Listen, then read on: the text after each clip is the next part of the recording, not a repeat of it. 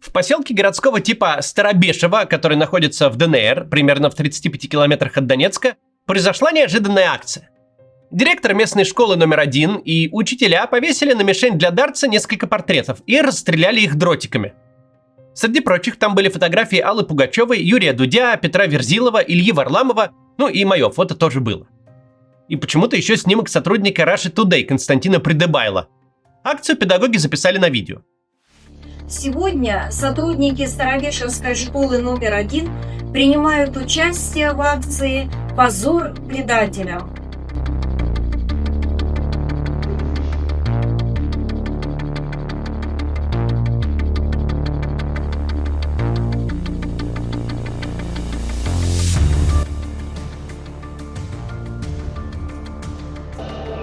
Вот они, предатели России.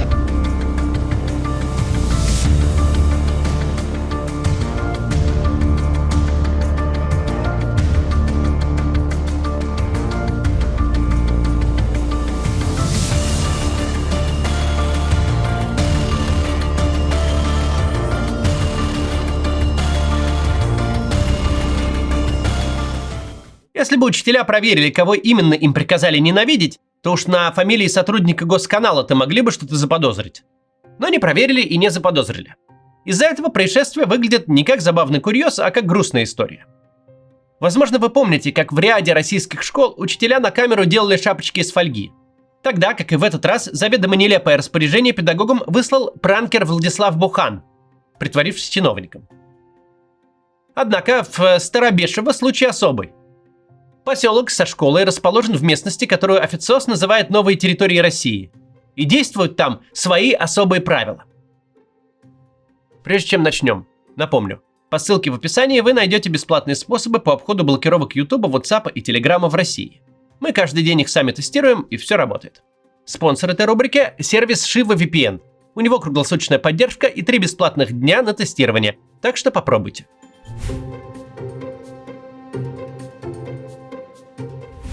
1 сентября этого года Старобешевская школа номер 1 отпраздновала свой юбилей, ровно 120 лет. И сайт, и соцсети учебного заведения на первый взгляд составляют довольно благоприятное впечатление.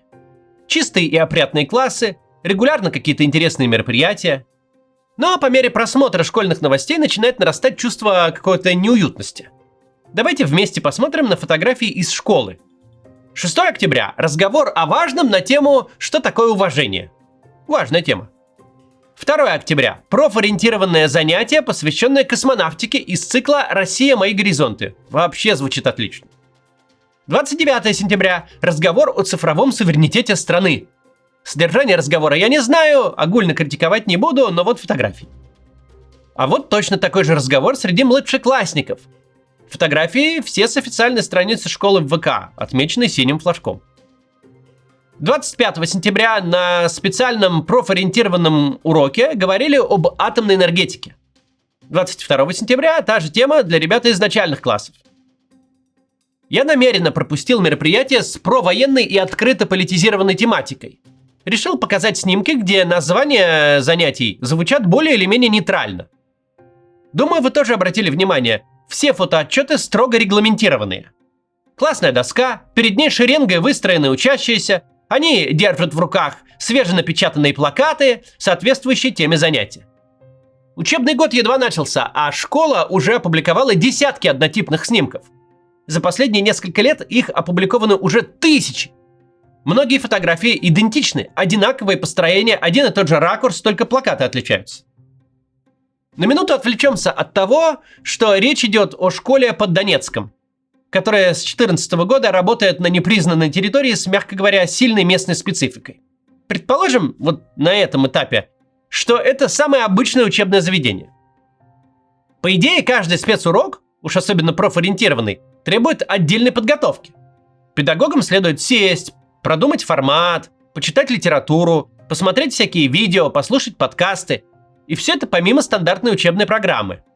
Помимо проверки тетрадей, учеников, заполнения безумного количества бумажек.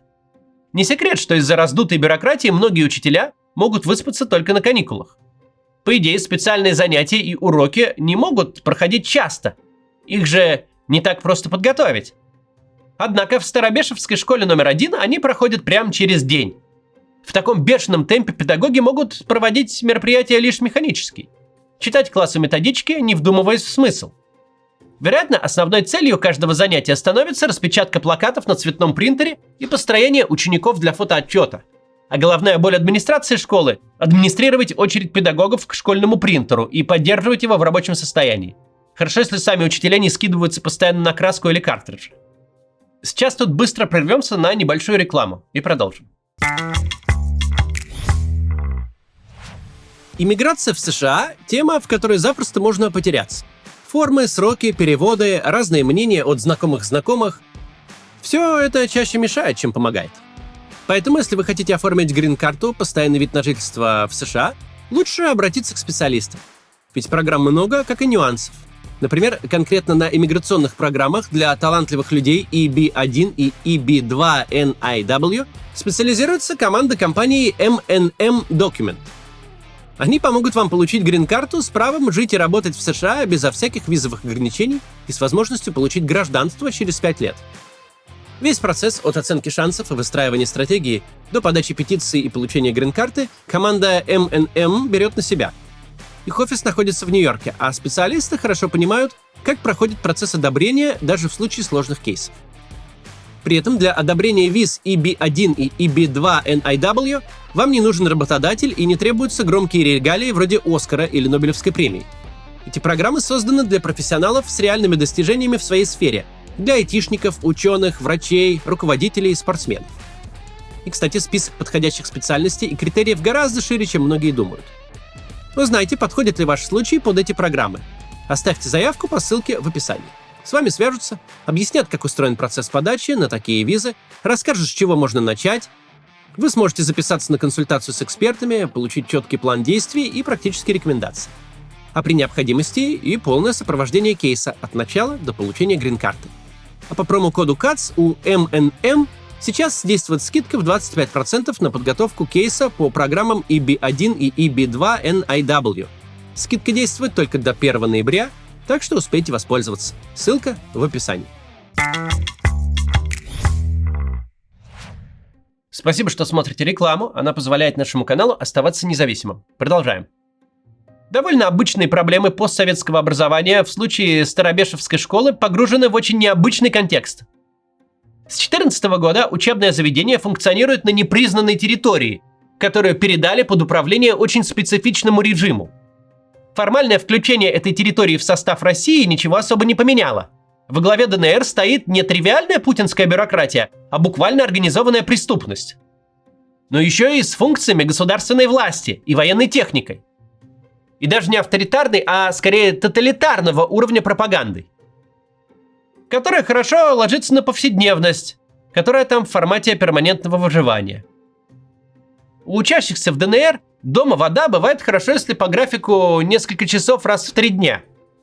А кто живет на верхних этажах, тот воды в кране не видел уже очень давно. Эти дети вечером не встретят вернувшегося с работы отца и не проведут с ним выходные. Отцы мобилизованы еще в феврале 22-го и в огромном числе своем уже убиты. Матери-одиночки заняты физическим выживанием семьи, тут особо не до воспитания. Воспитывает школа. Конкретно Старобешевскую недавно отремонтировали и переоснастили. Во дворе высадили можжевельник. Деньги и рабочие руки выделила Республика Бурятия и Забайкальский край. Насколько можно судить по фотографиям и видео, строители сделали свое дело хорошо, к ним вопросов нет. Но в специфичных условиях ДНР получилась аккуратная и ухоженная казарма вместо школы.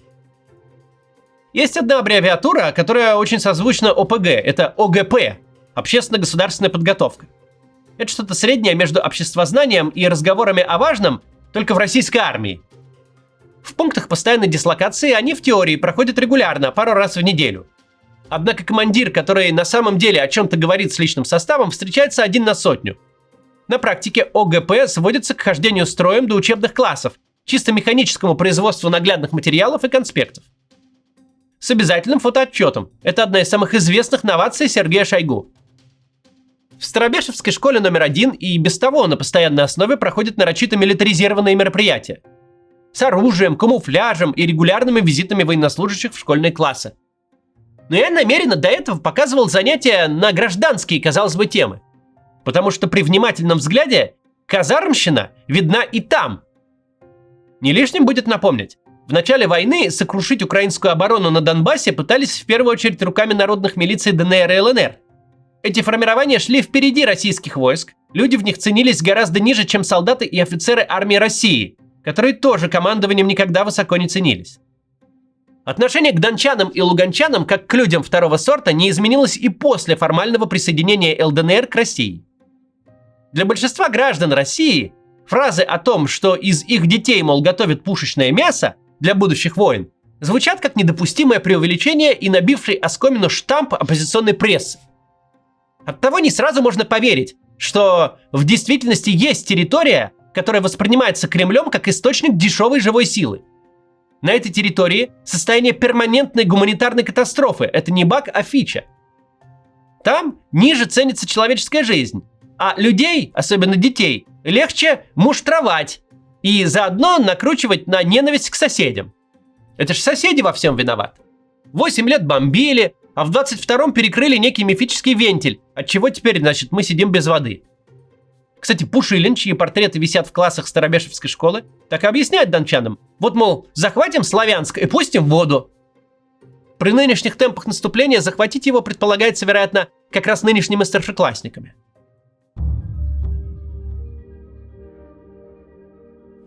Когда мы в редакции только начали знакомиться с постами на странице Старобешевской школы, нам понравилась тема занятия «Что такое уважение?». В описании урока были неплохие слова написаны. Учащимся рассказали, на чем строится уважение, признание ценности каждого человека, его достоинств, мнений и потребностей. Школьникам предложили назвать людей, которых они уважают. Но не стоит слишком обольщаться, читая такой пост. Вы можете проверить по сайту Kremlin.ru. В течение нынешней войны Путин особенно часто вставлял в свою речь слово «милосердие». И об уважении тоже говорил много. Старобешевская школа тут очень показательна. Почти одновременно опубликованы отчет об уроке уважения и о 5-минутке ненависти с расстрелом портретов людей. Некоторые из них педагогам совсем не знакомы. О них не составлено вообще никакое собственное представление. А в казарме и некогда думать. Да и опасно. У властей в ДНР с несогласными разговор короткий. Или на подвал, как там они говорят, или отобрать паспорт, квартиру, все вещи и депортировать. Раньше людей вообще гнали пешком в сторону линии фронта. Сами же записывали это на камеру и с гордостью выкладывали. А российский паспорт, к слову, отнимается очень легко. На так называемых новых территориях гражданство России у людей приобретенное. В случае нелояльности оно может быть прекращено без суда. Бумагой о том, что, дескать, человек представляет опасность для безопасности. Среди коллектива школы, вероятно, есть кто-то, кто любит песни Аллы Пугачевой. Да и наверняка почти все. Ведь за всю историю России со времен Рюрика ни один глава государства столько не правил, сколько слушают у нас Пугачеву.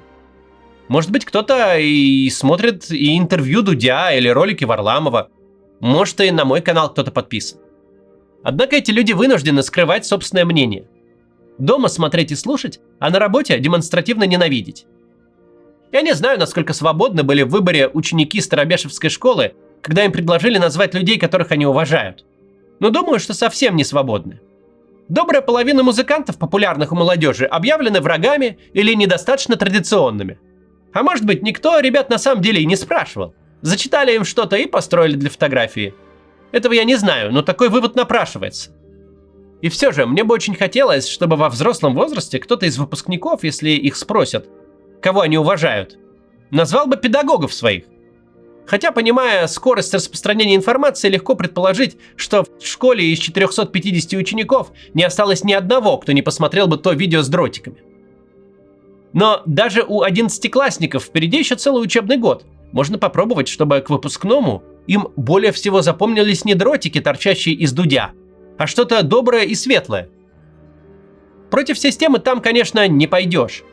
Внутри России, в ее международно признанных границах, у несогласных директоров и учителей какое-то пространство для маневра еще остается.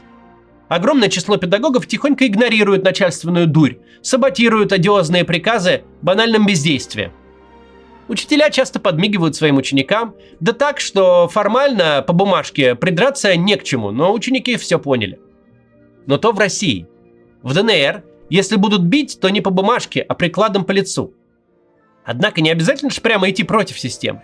Вот в Старобешевской школе часто отчитываются о мероприятиях, посвященных космонавтике. Ведь правда здорово поговорить на разговорах о важном, о космосе.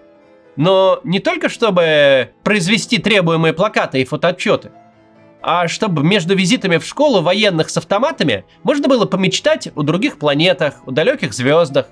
Для детей очень важна возможность и умение свободно мечтать.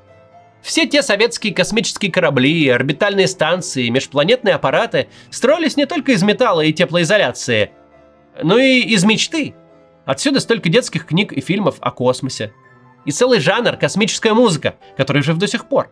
На Ютубе есть 40-минутный сборник советских и российских композиций, который произвел фурор в мире. Называется он «Наша мечта». Сергей Павлович Королёв в детстве не стоял у доски с плакатом. Он с восторгом смотрел на полет пионера русской авиации Сергея Уточкина. Учился у отчима Григория Баланина, который был инженером. И мечтал, продолжал мечтать даже в сталинских лагерях.